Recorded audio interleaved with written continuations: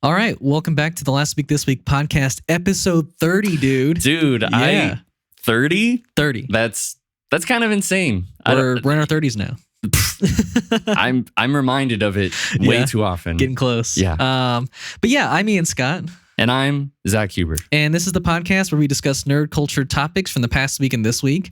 And today we got a couple of reviews to go over with you guys. Yep, we got some trailers too. Yeah. So we're gonna be talking Secret Invasion. Yep. My Adventures with Superman. Yep. Very exciting show. Yep. What else? Wonka trailer. Mm-hmm.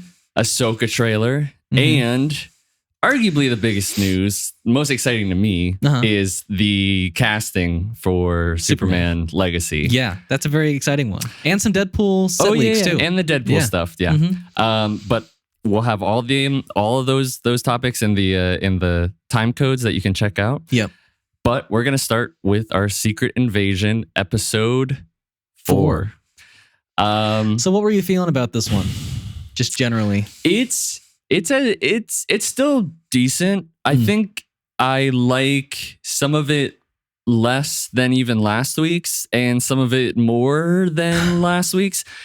I still think that episode 2 is still my favorite. But this Yeah, I would episode agree. was, I think it had some, and we'll get into it, some pretty big ramifications in some ways Mm-hmm. of the past Sure. and maybe the future. But Sure. I don't know. It was decent. For me, this is my least favorite episode of the season. I'd love to know why. I can't. Yeah. I don't disagree with you. Right. I think maybe the first one still might be my least favorite, but I don't know. I think it was like, Wasn't for crazy me, about this one. coming off of like 2 pretty good episodes, I guess I was just more critical this time around, maybe. I just feel like there was a lot, like there was more weak scenes than strong scenes for me. What were the weak scenes for you? I think Gaia surviving in the beginning. Okay. Yes. So and this is spoilers, obviously. Okay. Yeah. That I didn't love. I didn't love that at all. I was a little bit like, oh, she just knows how to set up this machine that she doesn't really know anything about. She doesn't know it. Yeah. And she's going to assume. I mean, as far as we know, maybe when she was on the computer, she was understanding what she was getting into. I don't know. Yeah. But to just be like, oh, yeah, I might get shot and have the extremists be able to heal me. Sure. I guess. I don't know. It's just like, on the flip side of it, I do like that she's still around. But that was a bit like, oh, okay. For me, and I think I kind of wanted the Talos like dealing with that ramification. That's what I was gonna say. Is like last week I said how great that setup was. That like it was really, yes, like Gravik shot her, but like Talos was the person who asked for his daughter's help that got her killed. Exactly. You know, and so I don't know. I feel like, yeah, we didn't get any ramifications of that. We got an okay scene of them 2 reuniting. I think which I like that scene. It's okay.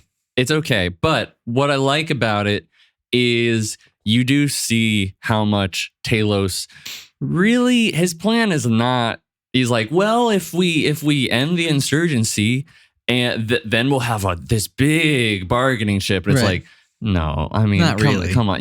Like it's just a bit of a, and so you see why there's even, because he doesn't, you see why there's conflict. He doesn't really have too much of a plan. He's just hoping the humans will act in good faith. But it does, with later on in the episode, it does show him, like, they do in a little bit of a kind of weird way, or kind of cheesy way, like him showing, like, oh, us Skrulls can have good hearts and the humans will care about us. Like, I do appreciate that that was like a theme running through, but I think another weak scene for me though was like it was when they Nick and his wife confronted each other at the kitchen table.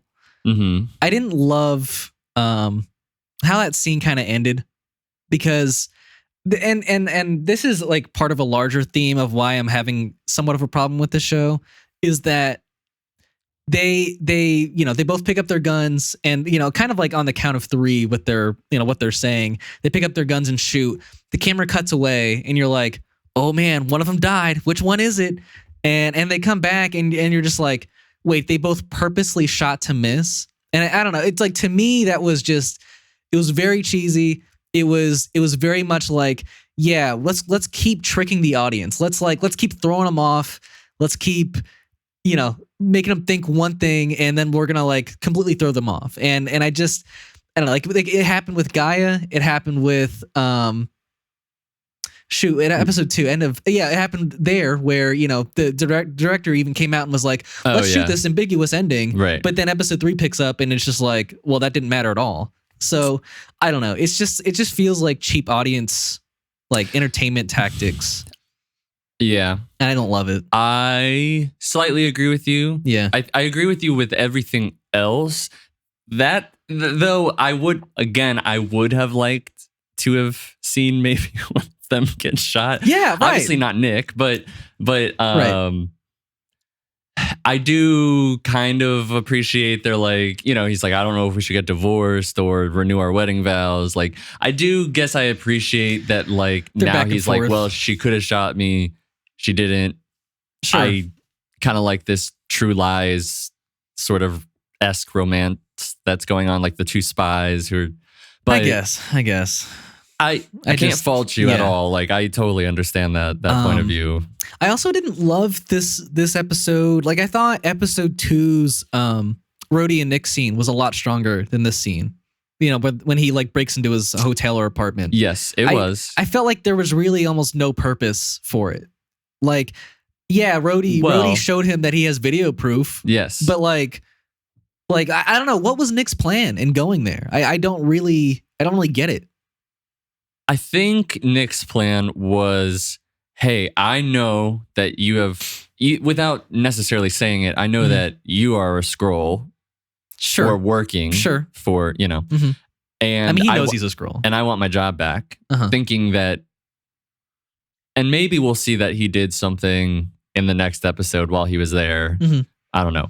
But then Rhodey being like, but I got you. And I will say, I was upset when they did the Nick Fury shooting Maria Hill in the first episode. Mm-hmm.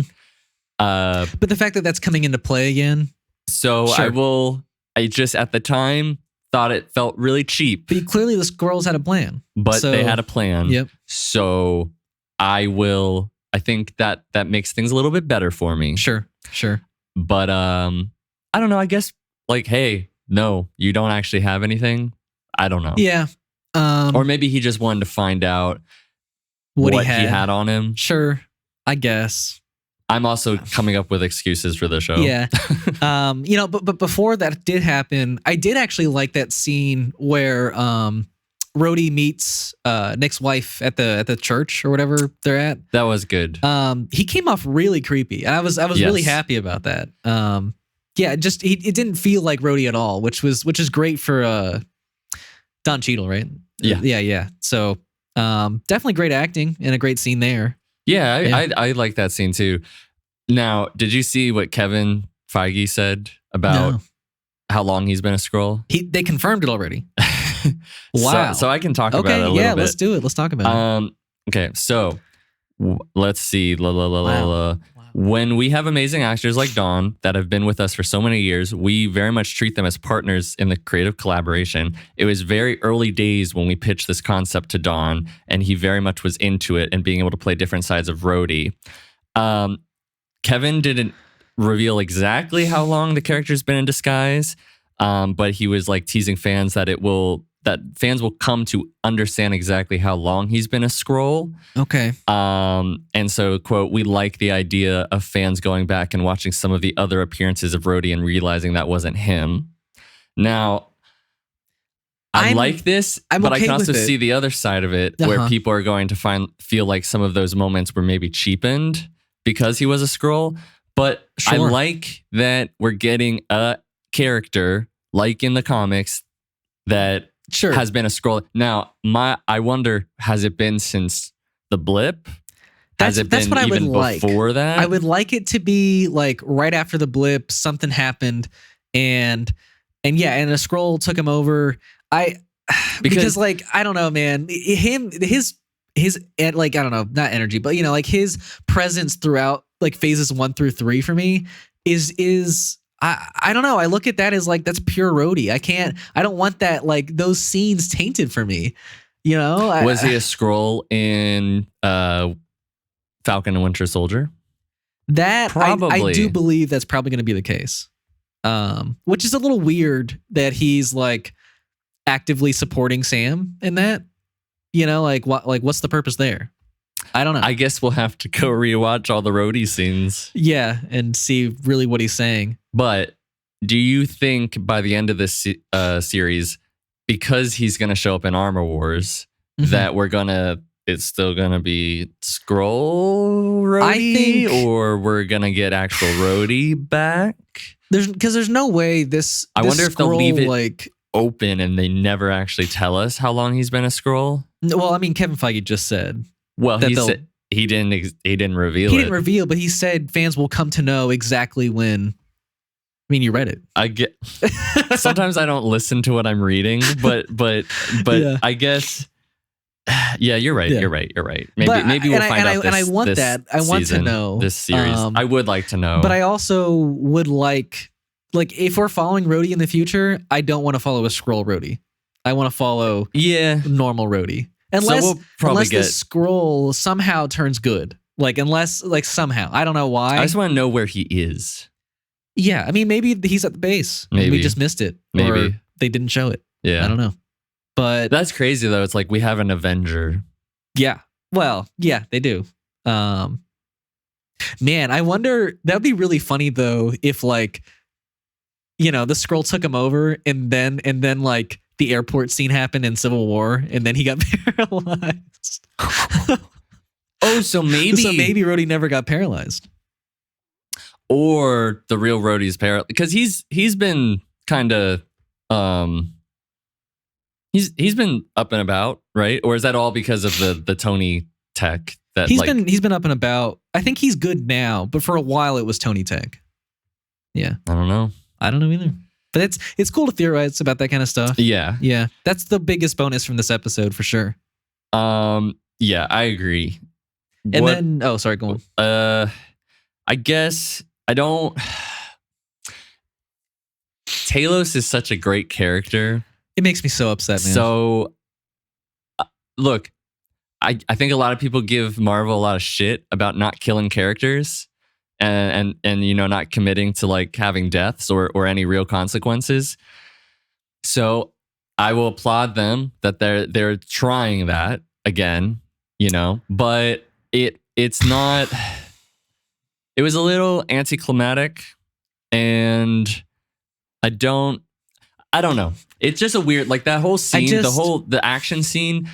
There are some really cool moments, and then there was a lot of it's just kind of generic shootout. Yeah, right. And I applaud Marvel for going there with a shootout and it being very graphic at points. I think that's kind of cool, but it wasn't a really great scene or anything. And then the ending where you had you had him die, and I really I thought this was. Yeah. People give Marvel a lot of crap about them not killing off characters, but I really like the idea that this was the Nick Fury and Talos show. It just I wanted that duo to keep going until the end. I don't know. I'm bummed that it's probably going to be the Gaia and Nick show now. I would assume. Yeah, but I like Gaia. I just don't know too much about her. I mean, we know some stuff. Yeah, but she's more of just the mole. She's been a spy character, right? Yeah. So I don't know. I think that's it's a big bummer for the rest of this series, and I don't know. I think the episode itself is a bummer. So I hope it doesn't get worse. I hope it doesn't get worse. Yeah, for sure. I don't think it's still kind of in the same place for me. Mm-hmm. I guess it's going a little bit down for you, right? But I did want to talk about what Bob Iger was saying about all the he was talking about why some of the shows and stuff had kind of diluted all of their I know. brand. I had heard him talk about Pixar, but I hadn't heard him talk about the shows specifically. Yeah. So with them doing so much movies and TV shows, he was saying that Marvel's a great example of they had not been in the TV business at any significant level. Not only did they increase their movie output, but they ended up making a number of television series. And frankly, it diluted focus and attention. That is, I think, more the cause than anything else of why a lot of Disney's is failing. Not necessarily failing. They're big blockbusters, but they're blockbusters are doing. They've had a lot of hiccups, and I think that the TV shows being lackluster and putting out so much content that has stressed and overworked and spread out too thin all of their employees. Seemingly that they've said, or it's been reported. I think, again, like with this TV show, when I was watching it, they're not, like what he said, they're not been in the TV business that long. And this show could just be a 2.5 hour movie. Like, did you see how long this episode was? It's 37 minutes with credits in the beginning and ending. So it's just very short. It could just be like the second act, like, and then we're four and five and six. You're right, 5 and 6 are gonna be the last act. I'm sad and like my friend's dead, and then we're gonna kick their ass at the end. Right. It just feels like a movie that they were like, how do we cut it into? Right. And they need to get out of that, which I hope by Daredevil they will. But like they said, we're gonna lean into it with She-Hulk. And hold on, here's the thing. They kind of did. It was a little more episodic, to give it some credit. Yes. But and I guess that's where I'm a little surprised, is that like Marvel started off their first show it was very much like a TV show. It was a WandaVision. Yes. And I don't know where they lost that along the way. But yeah, they became obsessed with these 6-episode limited runs. And yeah, it hasn't served almost any of their shows well. Like maybe Loki and Falcon Winter Soldier had a nice fit, but like the others feel just kind of rushed and I don't know, not super thought out. Yeah, because Hawkeye could have been a holiday special. Yeah, it could have. Moon Knight could have been its own movie. Miss Marvel was doing okay, but I still think that could have been its own movie. Could have been a movie. Yep. Yeah. There's not really no. But then, on the other hand, I would say there are some properties that Marvel has made into movies that I think would be better for a show. Like what? I think what's one of your favorites, Eternals. I think that would have been way better served by a show, like a 10-episode show. I could see it. Yeah. I could see it. Yeah. I'm not going to disagree. Yeah. But it's a great movie. It's a good movie. You can't say that. But, yeah. Okay. Well. But yeah, disagree. What's your rating for this episode? I said it didn't really change, but 6 out of 10. Okay. I was thinking like a 5 or a 6. Okay. So yeah. It's okay. It's fine. Yeah. Yeah. That's my thoughts. Well, still with Marvel here. We're gonna be moving on to Deadpool 3 set leaks. I know we talked about these one of them last time, which was just the Deadpool suit, but we got way more news. Yeah. The biggest thing is we got the Wolverine suit. We did. And that's amazing. I'm very happy about it. We got some action with both of them. I don't know if you saw like set photos where they're like leaping on each other, and I saw one where like he's like carrying like an arm of Deadpool. So yeah, I mean, did not see that. Yeah, it's I feel like because it's maybe like so out in the open, we're just getting like way too many set leaks. And I'm a little bummed about that. Like I feel like we're getting a lot of like almost every detail about this scene. Jon Snow just went down. Oh no. Sorry. Season 5. But yeah. Like, we also got the fact that there's like this big 20th Century Fox logo that's, off to the side that looks like destroyed and maybe that they're in like, did you not see that either? I heard about it. Okay. I did not see it. I was like, I don't know if I want to see it. Yeah, but it's pretty crazy. Maybe that's either going to be like very meta, It's going to be the most meta movie ever. or that's just like they're shooting that as like a trailer. I think, to me, like what I believe at this point is that I think they're going to be going around to like every corner of like the old Fox universe and killing off all the characters, you know? Just like making sure this universe stays dead or something. I feel like they're gonna go like so meta with it and so absurd. I kind of love that. Right? That's a great theory. That's a great theory. Yeah. I will say, I was telling you, I don't think the suit looks great. The Wolverine suit looks pretty good. I think it looks fine. For a Wolverine suit, I don't know. I'm pretty happy. I'm not. I think it's great that we get a somewhat of a not cartoon, but like comic accurate right suit. Because we've gotten that with a lot of Marvel characters lately. I just think it looks a bit weird. Sure. I think that but I hope it works in the movie. Do you not want the sleeves? Is there that? I mean, the sleeveless would be cool.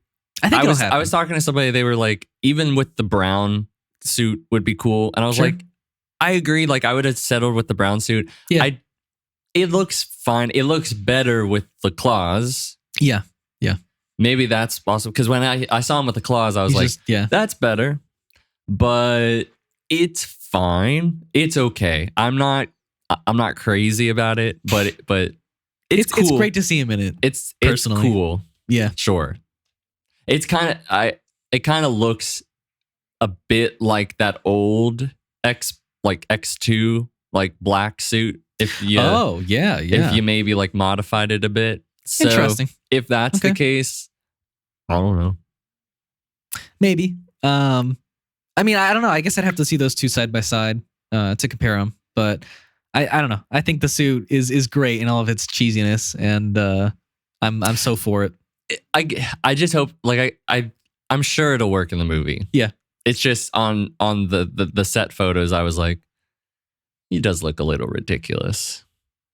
Well, okay. I think he'll maybe look better, like in the movie, like you said. So yeah, because I'm sure Michael Keaton's like most suits don't look great. Sure, with him just walking around. You know. Yeah. And Michael Keaton's Batman probably doesn't look super amazing without the camera and the lighting and the color correction and blah blah some blah. of the blah, blah. special effects. Yeah. Right? Yeah. Sure. So. But I think we want to talk about the new Ahsoka trailer as well.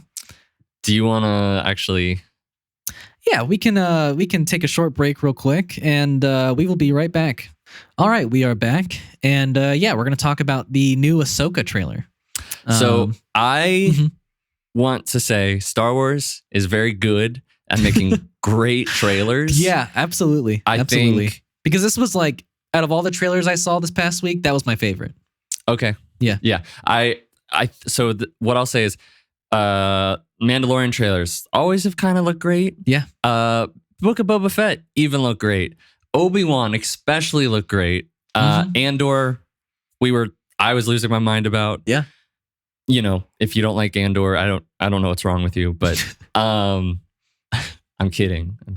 But this trailer I think might be the best Star Wars trailer. Wow. That they've made. Like, I don't know. I mean, episode 7 was really good.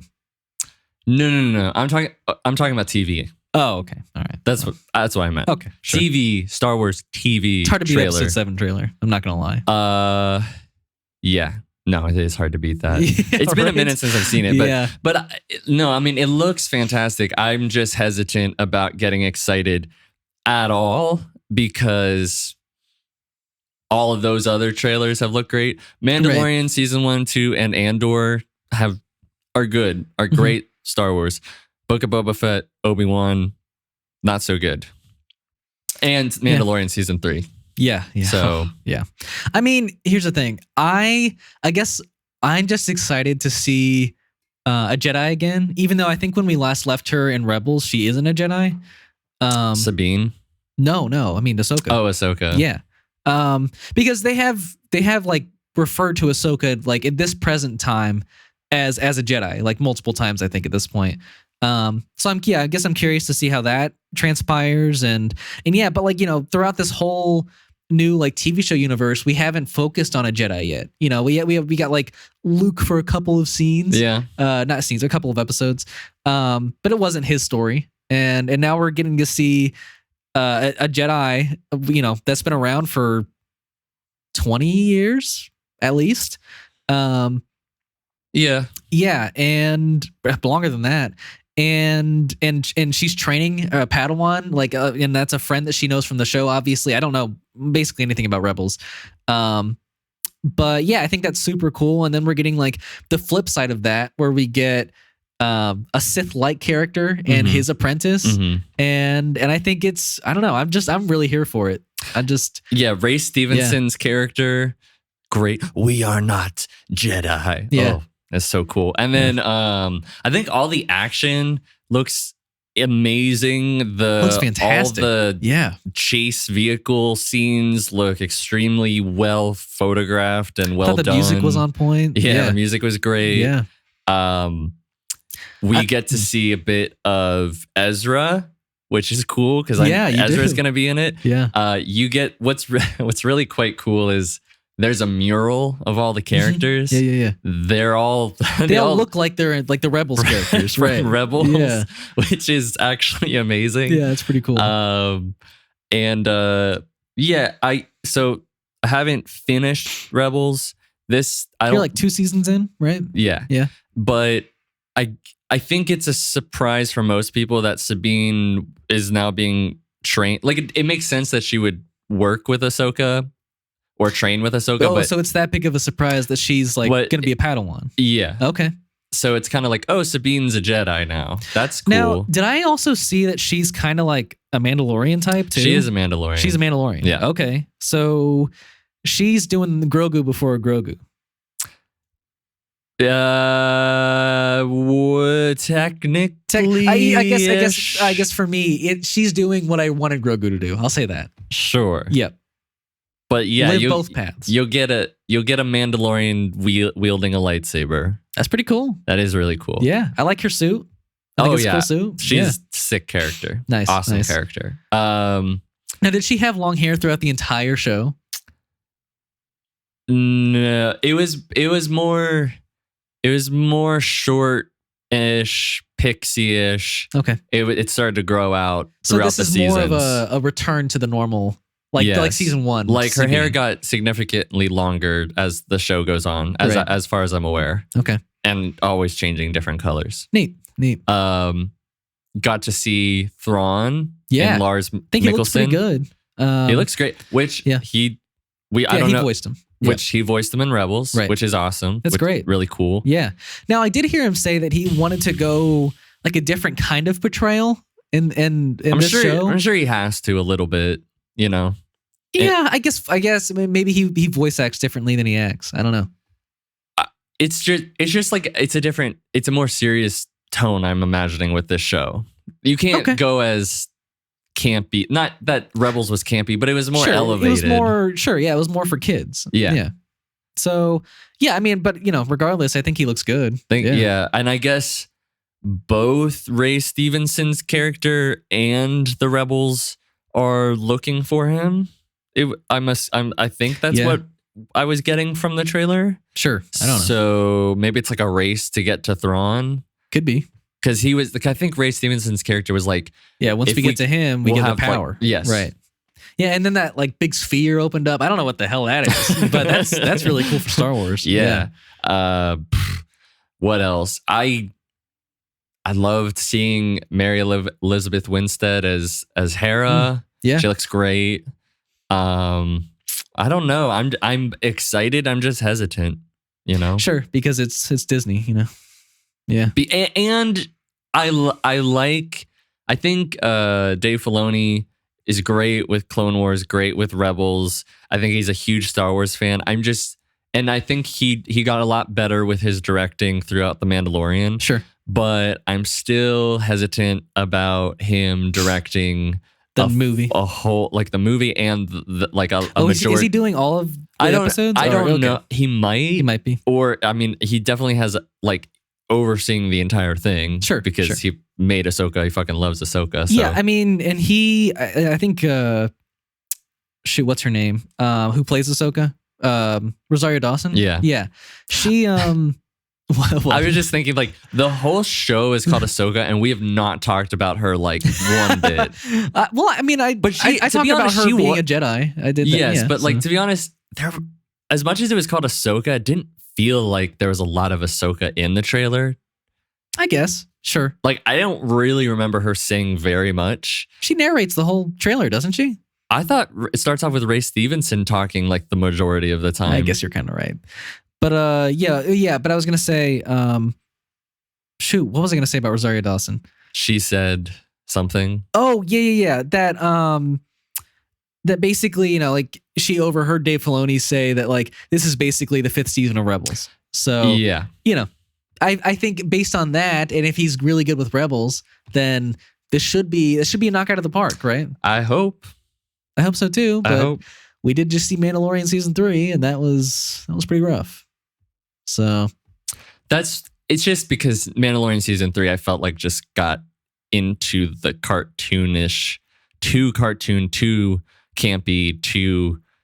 Sure, but it also didn't have a great story for me. I don't know. Right, because it just was like, hey, let's have an episode where all the Mandalorians go rescue this kid. Yeah, you're not wrong. Let's have an episode where these pirates just are drinking in a church or something, a school. Yeah. Okay. Because it used to be a bar. Yeah, whatever. Yeah. But yeah, that's our thoughts on the Ahsoka trailer. Mm-hmm. But yeah, we also have a new trailer from Wonka, the first trailer from Wonka. Yep. Yeah, what are your thoughts? Yeah. So as far as I'm aware, this movie is made by the guy that made Paddington. Yep, it is. Great thing. I haven't seen it. I have not seen it, but the great thing about that Nicolas Cage movie with Pedro Pascal that you've probably seen like all over TikTok, where they like, he's like, what? And he's like smiling. Mm-hmm. That the bearable weight of massive talent. Sure. Yeah. The whole like a thing with that is like how good Paddington 2 is. It's like a masterpiece. Really? And they're both like, it's so good. Okay. I have not seen it, but there are parts of this trailer that I think are very, and especially, I think it said like from the producers of Harry Potter too. Yep. I do think that there is that sense of wonder and magic at times. I do get that, but I also feel like I don't know. There's something about this trailer that makes it feel like it was made like this year. Like I like to me like this year. Like to me, you know, like just in like I guess maybe the past few years, but like I just got like towards the end, I just got this like heavy sense of like CGI use and like big set pieces that just don't look that real to me. And I was just like, I don't know. It just kind of took me out of it a little bit. I mean, everything. I can see that. Everything from the beginning and you know before the ending, where you like have him riding balloons and whatnot. Like I think like the world building around the character is pretty good. I'm down for all the quirkiness and goofiness of it. I just don't love Timothée Chalamet in this. I cringe at a lot of the lines he says. It does not feel natural to me at all. I see. Yeah. There's parts of it I like. There's parts of it I don't like. Yeah. And that's a big part of it. I'm just curious about seeing those moments in the movie, because I could say the same thing about the Cruella trailers. Right. And that movie's great. Okay.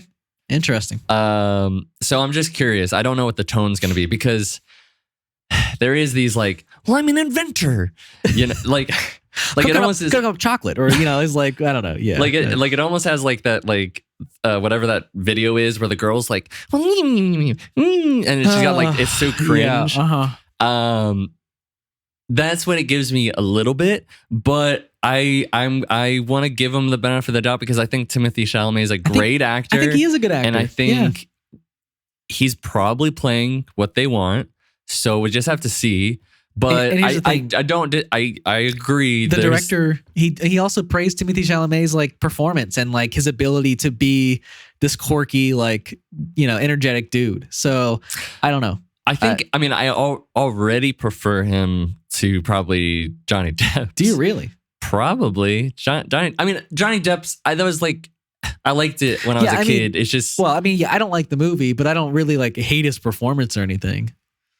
I mean, it's just I like this because it's closer to the Gene Wilder thing, and Johnny Depp was a bit closer to Gene Wilder. But obviously, they wanted two different things. So I shouldn't compare. But for me, I can't like really imagine him as Gene Wilder. Like I don't know if there's really a bridge in my mind that gets him from this movie to that movie. I think so because I think, first of all, when I told you like weeks ago that he was going to deal with the chocolate cartel, I think we both were like, the chocolate cartel. Yeah. Like, are they gonna like be like robbing, like kidnapping people and like right, yeah, you know, but like offering protection, but not really. I don't know. When I heard it in the trailer, I didn't mind at all. It's like, it's these huge companies or businesses that have like a chokehold, and he's like, they're like, you have to have a business to sell chocolate, and if you don't have chocolate, you can't sell a business, and blah blah blah. Right.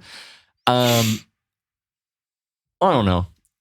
I think like this is the Willy Wonka that is imaginative and wants to create. Sure, before he becomes cynical. Throughout maybe trying to get his factory up, it's gonna be getting closer to this. So maybe it'll be like a really darker movie or something. That sounds like a bummer of a movie though, doesn't it? Like seeing your main character go from happy to like destroyed by the end of it. It's a movie about capitalism told through Willy Wonka. You know, we haven't even talked about the Oompa Loompa. No, which by the way, great. I like it.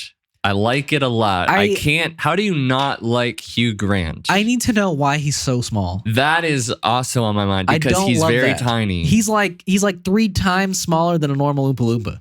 Yes. So I'm imagining that they grow throughout the years, or he already seems middle-aged though, right? I'm a respectable, or is he? Yeah. Maybe he's an outlier.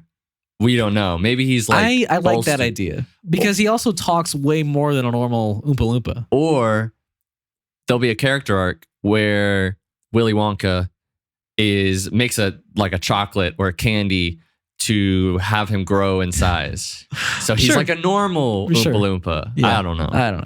Or so they can work for him and it's kind of slavery. I don't know. I hope not. I would like to know, why he's so small and how he convinces them to work for him for years.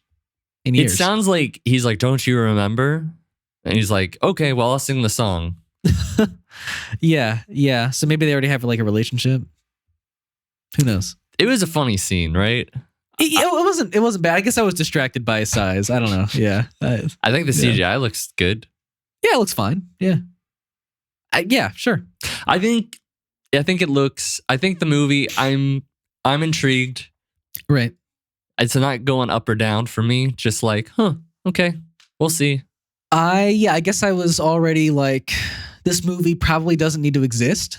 So the fact that I'm liking some things about it is a positive. It's probably more positive than I was about it. So, I think my biggest thing now is just I need to know if like it just kind of like flattens out at some point where I can like not be distracted by Timothée Chalamet's performance, or if it's like that the entire movie. Because I don't know if I could sit through an entire movie of that, to be honest. Did like the light bulb thing? I did too. Yeah, I was like, oh, that feels like Gene Wilder. Yeah. But yeah, that's our thoughts on the trailers this week. But yeah, we have some Superman legacy news, some pretty big Superman news. Last week, I think we had already announced, or was it the week before that we announced that David Cornsweet and Rachel Brosnahan? Yeah, it was like 2 weeks ago. Right. But this week, let me pull up the list of castings. It's quite extensive. I have it here. Sure, go for it. So we're going to have Nathan Fillion as Guy Gardner, Green Lantern. We're going to have Isabel Merced as Hawkgirl, and Eddie Gathegi as, sorry if I butchered that, as Mr. Terrific. Mm-hmm. And my personal favorite, Yeah. which is Anthony Carrigan as Metamorpho. Now, have we seen that actor before? I have. Oh, and what? Barry. Oh, okay. He is NoHo Hank in Barry. Right. He is fantastic. I can't wait for Ian to start watching Barry because he's so good. Yeah. He's amazing. That's great.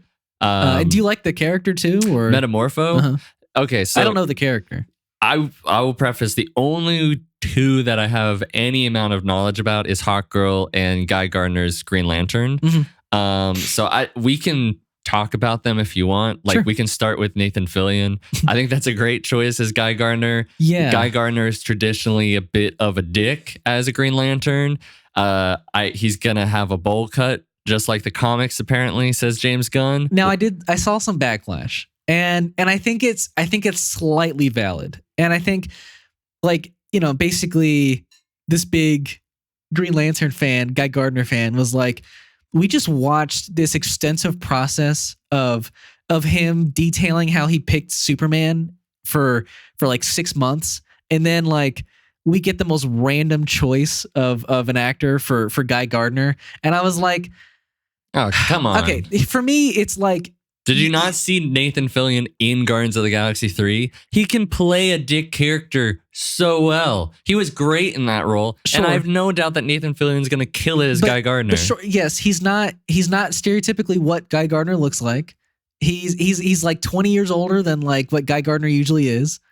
And I think that's like, if you're a Guy Gardner fan, like, yeah, I would probably be upset if that's like my favorite character. Okay, sure. Right. But were we ever gonna get a Guy Gardner character in a movie ever? Like, I would just be like, well, we had one cast for the show at one point. I don't know if you remember. Sure, but like the fact that we have any of these characters or any of the characters from Peacemaker or Suicide Squad, sure, I'm just like, I don't like, not that I'm like, give me whatever, I'll take it, but like, it's pretty amazing. No, and I guess for me, I'm not like a super big Guy Gardner fan. I like Green Lantern a lot. Sure. But like, I'm totally okay with Nathan Fillion playing him. Yeah. I think that's going to be a super fun role. Probably won't be taken super seriously, but yeah. Well, we'll see. We'll see. Yeah. Also, Hawkgirl. I don't know much about Hawkgirl, actually. So Hawkgirl, she is from the planet Thanagar. Okay. So she is an alien alongside Hawkman, and they kind of are always like a duo. And if memory serves me right, they usually get resurrected, and they always kind of end up being like finding each other. Mm-hmm. She also has like that mace that she has is from a material called Nth, Nth metal, which I don't know if they'll ever do it. Right. But Dark Knight's metal is an incredible comic book run. And if they ever got to the point of just the fact that they are, if they acknowledge that it's Nth metal and they ever do that, that would be fucking amazing. But I guess she was Dora, years ago in that Dora, the Last. Right. She was also in The Last Night, that Transformers movie that is god awful. But I think Hawkgirl, awesome. That's amazing. Mr. Terrific. He's like a genius who develops these T-spheres. Yeah, I know he throws like the T's off of his face. Oh, does he? I think so. At least that's what I've seen at some point. The guy that's playing him, he's in the 3rd season of For All Mankind. Okay. He's great. You've seen it? I love For All Mankind. Oh, okay. Yeah. Nice. So great I don't think cast. I've heard you talk about it. I've definitely talked to you about For All Mankind. Okay. Probably before the podcast. Right. But so good. Nice. And then Anthony Carrigan, who's going to be Metamorpho. I guess he's ends up in the Justice League a lot, but he's also a founding member of a team called the Outsiders. Doesn't he look like a villain though? Like that character? He does. Yeah, he's got a creepy looking He could. Design. I think some people were saying he could, but I think Anthony Carrigan, because of what he's talked about with his alopecia, he typically, like, the bald guy gets the villain role. And I think he's very interested in challenging some of that. Even though he's a villain in Barry, right? He's a very likable, sympathetic villain. Okay. And sometimes not a traditional villain. Yeah. No, so he could be, but I guess his powers is the ability to change to any element. And that he was also saying he's excited to play someone who's like unrecognizable. Right. But I think what's really interesting about these picks is we already knew. I know I'm interested in what you're going to say because I know you were like, I want Superman to be like the first superhero. Sure. But this is James Gunn and was saying a while ago, but it's even more confirmed now. This is a world that already has established characters right. superheroes. And it's not just Earthbound. We literally have an alien from another planet in Hawkgirl. We have Guy Gardner, which is the confirmation of like thousands of aliens and thousands of planets because of the Green Lantern Corps. Exactly. Right. We might still get the Authority. I saw somebody was saying that maybe that was like a false report and that maybe these characters are like replacing that. But I don't think that these characters by any means are going to be like villainous. I think no, I don't think so either.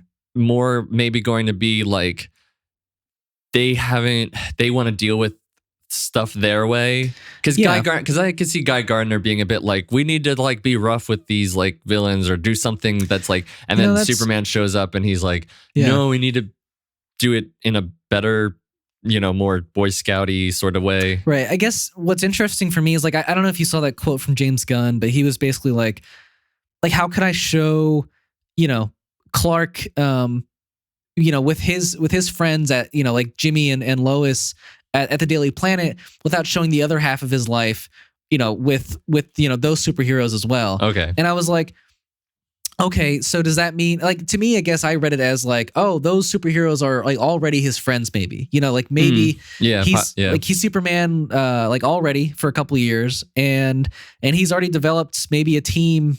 Maybe he's not a part of a team, probably not. But I could imagine him working with a team from time to time. And I think I wouldn't be surprised if those 3 characters form like a JLA type team, Maybe. Yeah. Maybe.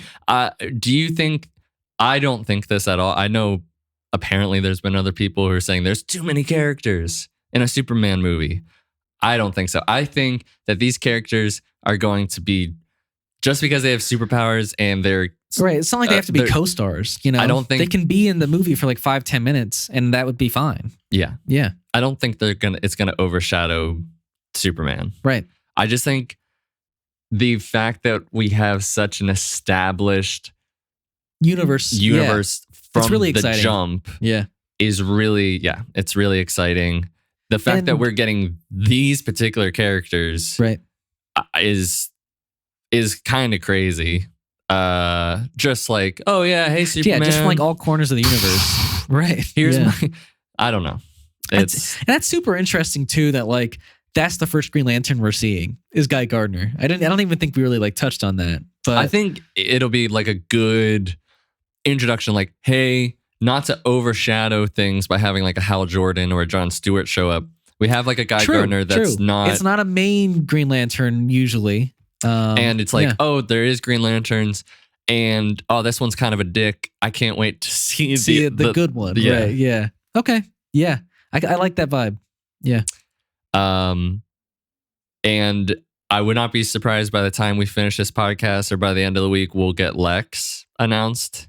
So, because they've just been dropping them. Yeah. I am kind of, not that he's like my first choice or anything, but I'm kind of holding out hope for Nicholas Hoult. Hope he gets a role in this universe, Sure. He's tried 2 times already. Sure. I just won it for him. Yeah. Yeah. But yeah, these casting announcements are... No, they're very exciting. And not that I know all the actors. I'm so hyped now. But they all look good. Like I'm happy in their roles. Yeah. So yeah, very exciting. I hope Hawkgirl gets to be a part of like the JLA. Yeah. That'd be great. Oh my God. Yeah. So cool. Well, yeah, also in line with Superman, we got a review of My Adventures with Superman, episodes 1 and 2, but we will get to that after the break. Yep. All right, we are back, and we are ready to review the first 2 episodes of My Adventures with Superman. Yeah. I forgot that, like, I guess it drops at midnight on Thursday, so I was kind of bummed that I didn't get to watch the third one yet, but the third one will be out by the time this podcast is out. Yeah. This show is amazing. I love it. Yeah. It is extremely inventive. Feels very fresh. A Yeah. super fresh take on Superman. The animation is great. The character interactions are great. I love the amount of Clark that we get. Yeah. Oh my gosh. Isn't that amazing? It was like 90% of the, and that sounds so stupid that like, that I'm so excited that it's like majority Clark, because I feel like in any other comic book show or TV or movie, or like, I would be so pissed that we got like 10 minutes of screen time with Superman. But like, I feel like we've gotten so much Superman over the years with like 2% Clark. And I needed it the other way around for once. Yeah. And it works so well. Yeah. Yeah. Jack Quaid's great as Superman. Yeah. I was surprised how well it fit. Yeah. Yeah. It was great too, because it was like a 2-parter sort of 1 episode, 2 episode I feel thing. like it needed both. Yeah. Because the first episode, there's Superman, but not in the suit. No, by any means. Yeah. Which surprised me a lot. Like, I think that's what's super exciting for me, is that it's like a different kind of take on his origin. Like, yeah, he's doing the same thing where, like he's from Krypton and he got, crash landed here. But, he's not interested in finding out who he is until he's like an intern at the Daily Planet. Yeah, like he's scared right. to know. Yeah. Because there is this like terrifying moment when he's a kid, right. And he's like, who am I? Yeah, there's like these alien robots that pop out of the ground. And then he's like, we know that's his dad, but like he doesn't know that. And he's one of the best additions to it is because this is something, and I hope that I don't know if they'll do that in James Gunn's Superman. Mm-hmm. But one thing that I think I've always thought about with Superman is and this goes for any science fiction where there's aliens involved, why would we be able to understand what a completely different civilization thinks? Like, even though I love Star Trek, I totally I'm wearing agree. Star Trek right now. Yeah. When they go to another planet, they all speak English. Well, now, don't they have those translators? Yes, they say we have the universal translator, but come on. It's just kind of a cop out, you think? You don't ever, whatever, it's fine. but whatever. Like, he's like terrified. He's like, "Gosh, he's out of Krypton." And he's you like, would be "I as don't a know kid. what's going on." Right. Because the implications are terrifying too. He's like, "Well, what does this mean? Am I not a human? Am I not your kid?" And he goes through all of that. Yeah. Yeah. And I love that it's the Fortress of Solitude. Yeah.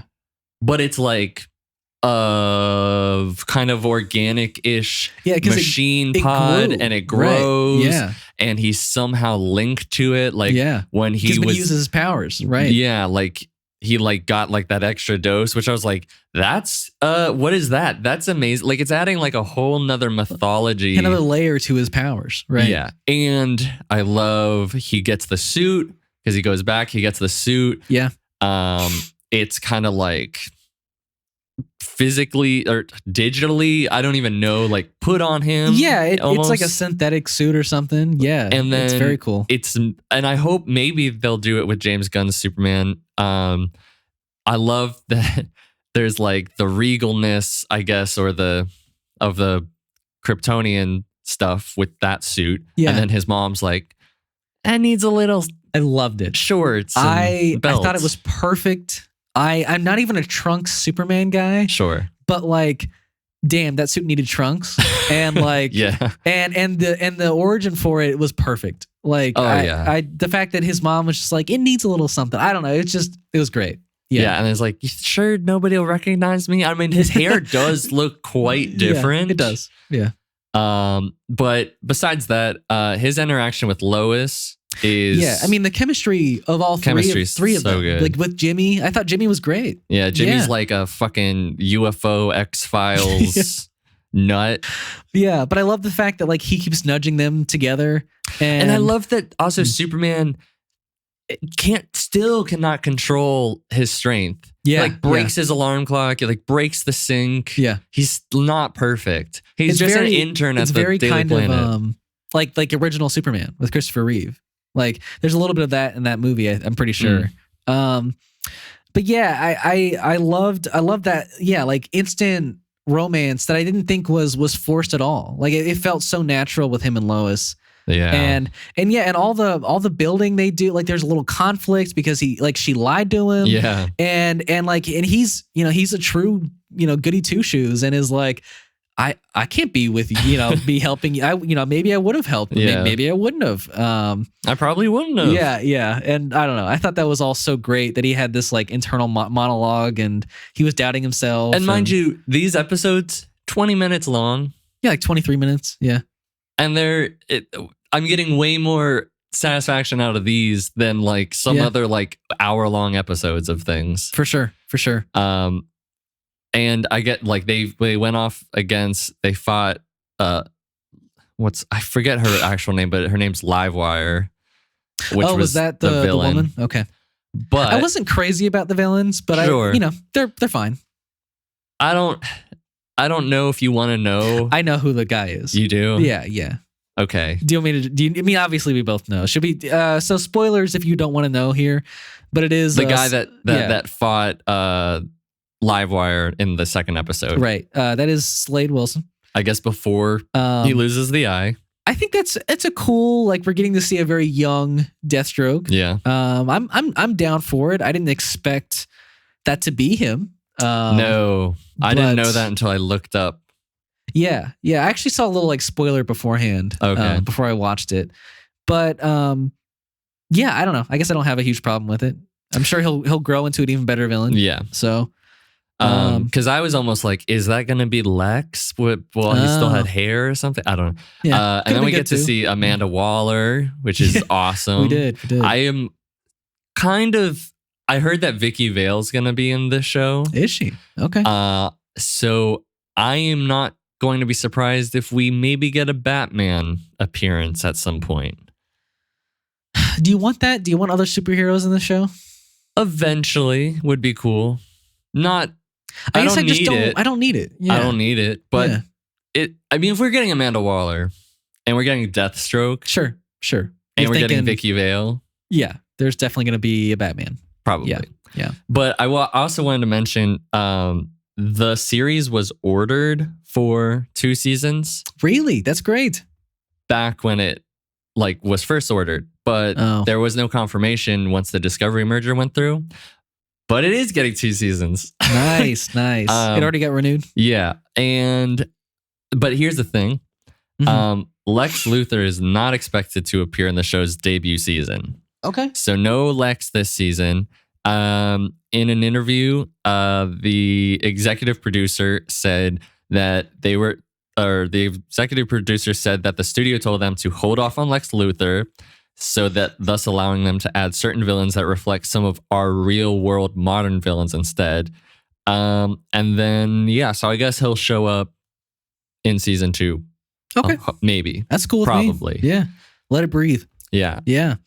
Well, I think some other things I was really, really happy with. I love that it started with Kid Clark, both episodes. That seems like that might be like a. I think maybe I'm totally okay thread, with that. Yeah. Like keep showing us his parents and his relationship and seeing how he grows as a kid. I don't know. I love a little lesson or little nugget that we get. That's kind of the theme of the episode almost. Yeah. So that's very cool. I definitely loved the beginning of that first episode where he's just doing good deed after good deed after good deed, I had to save the cat. And then Lois notices it and she even brings it up later in the episode that she's like, oh wow, he is a really great guy. I shouldn't have lied to him. Yeah. Yeah. So I don't know. It's very great writing. I'm very happy with it. Also, it's going to be pretty funny because Lois is obviously liking both Superman and Clark. Yeah. So that's going to be funny when she's like... But it's cool that she fell in love with Clark first. Potentially. I mean, she did. Sure. She likes him. Sure. She's metaphorically falling in love. Sure. Yeah. Sure.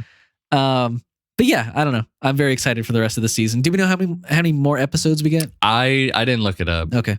I hope it's 8 more. I hope it's 16. I mean, if the TV shows these days, I mean, there's no way. I was right? 13. Okay. Maybe 12. We might get 12. Possibly. I don't want 10. 10's too short. I mean, 10 is pretty long, I guess, for shows these days. So for 20-minute episode for these shows, days, I'm just like, I don't know, man. It feels like we're getting shorter and shorter shows. Yeah. That's just me, though. Yeah. But yeah, I think that's our thoughts on episode 1 and 2. We'll keep reviewing the show probably late because it comes out on Fridays. Yeah. And we don't record until like Wednesdays or Thursdays. Yeah. So yeah, but you'll get our opinions here. Mm-hmm. But yeah, I think that's all we had to talk about this episode. But this is the time where we take the time to say what we watched in the past week. Yeah. Maybe we start with the one that we both watched together, which was I forgot about Escape from New York. Yeah. That was a fun one. That was a fun one. Yeah, I mean, it was like the most over the top cheesy action movie like I can think of. Not that over the top for me personally. Okay, maybe not action wise, but I guess like theming wise. Like I think Snake Plissken is the most like action badass character you can even like conceptualize. He is like way too badass, and I love it for this movie. He talks like this the entire time with a whisper. Pliskin. But yeah, and then you have this crazy story of Manhattan being walled off as a prison for and the entire United States. The criminals. Yeah, and then the president crashes there and he has to save the president or else he'll die in 24 hours. And also that if he doesn't get to the summit, the whole world might go into war and kill itself. Right. So that is kind of an insane plot. It's crazy, bro. And the characters around it are pretty crazy too. Yeah. I think my favorite part of that movie, I keep saying it, is when Brain just is like encouraging Snake. He's like, go for it, Snake. Do it, Snake. Oh, is it do it, Snake? Yeah, I think do it, Snake. Oh, yeah, but he's like gonna jump the like, you can't do that. Do it, Snake. Oh, it's so good. Yeah. And then the president just getting the revenge at the end. It's like, you're the Duke of New York. Yay, #1. But that was a cool little ending. That was cool. He's like, you know what? The president didn't care about all those people dying. So, you know what? I'm just going to screw with him. I'm going to take his recording and probably doom the world. Yes, that is what is implied. Yeah. So I'm very surprised that they made like a sequel. Yeah. Because that was like, kind of a dick thing. He's like, oh, yeah, whatever you want. It's their sacrifices. Yeah, he's like, I got to go on the air in 2 minutes. You going to keep talking to me? And I don't know. It's just like, okay. Yeah. This guy saved your life. You could give him 2 minutes, but nope. Doom the world. But yeah, pretty good action movie. I think I'm getting the fact that we both like cheesy action movies. I think that's a comment that we like. Yeah. Yes. Yeah. I'm trying to think about what else was in that movie that like was we both just were like.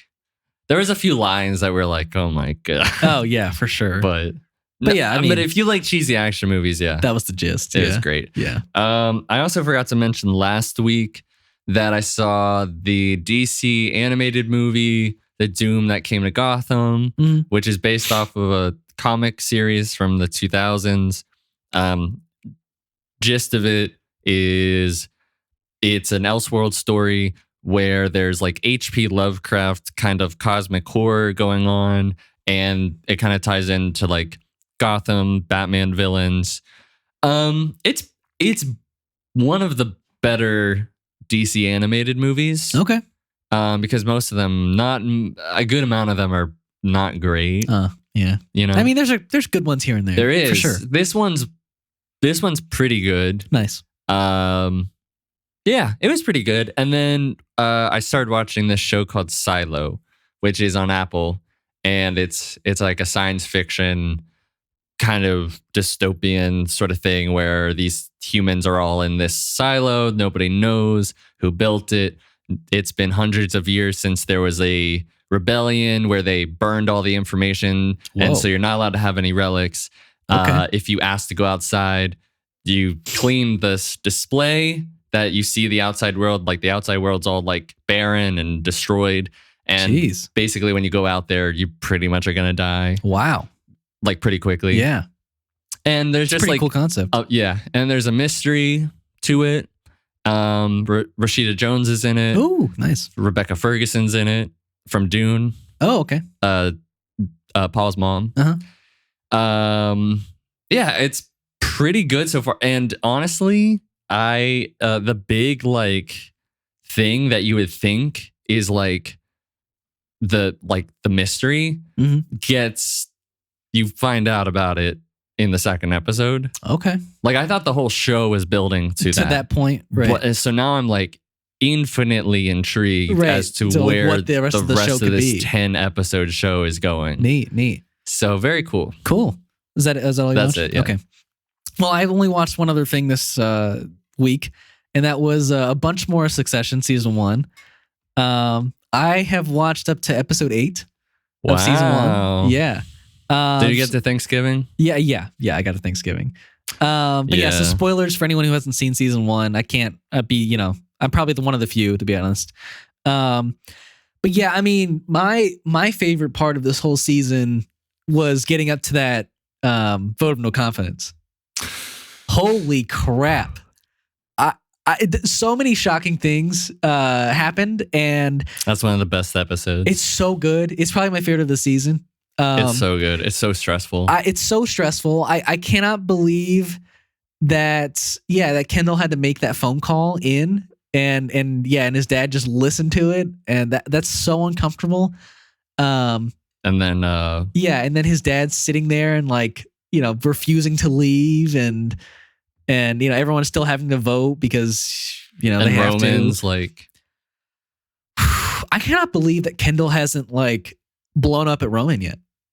I mean, maybe it's coming, but like they had this whole plan together that they were gonna come up together and take over the dad's company. Roman just loves his dad. Roman is he's a bitch for his dad, I guess. He really loves his dad. He really wants his dad's attention or love. I think he was terrified to lose it, and he couldn't do it. Now the next 2 episodes are, especially the season finale. Oof. Now I did see the episode that came after that, which was at that nightclub. If you remember that, that's a crazy one. Yeah, that's a crazy one too. But yeah, I do like the fact, like I like Kendall's story after that. Actually, I guess there was 2 episodes after that, because there was the one with the therapist retreat, which was also, do you remember they went to Connor's house?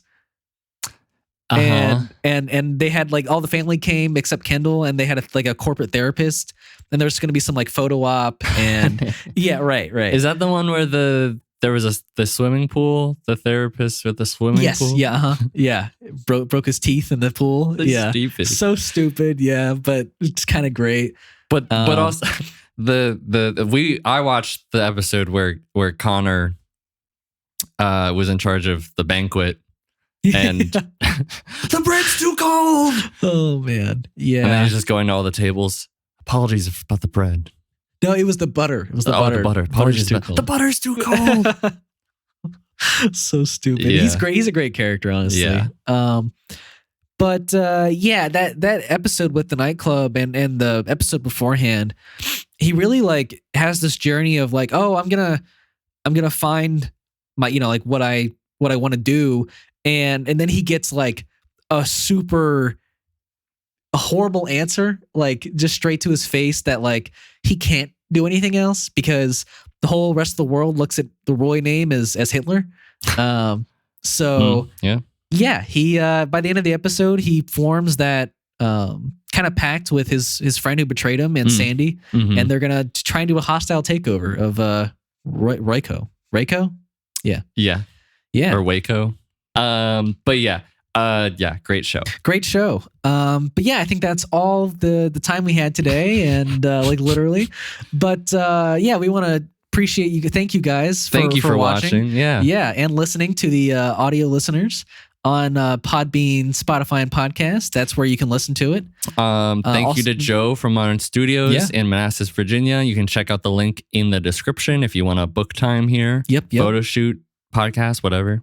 Yeah, but if you want to support the podcast, we are on Instagram and TikTok as at Last Week This Week Pod. And if you want to support us in the future, we would always appreciate a comment, a like, a subscribe, a rating, or a review. Yeah. Yeah. Thank you very much for listening, watching, and until next time. Until next time.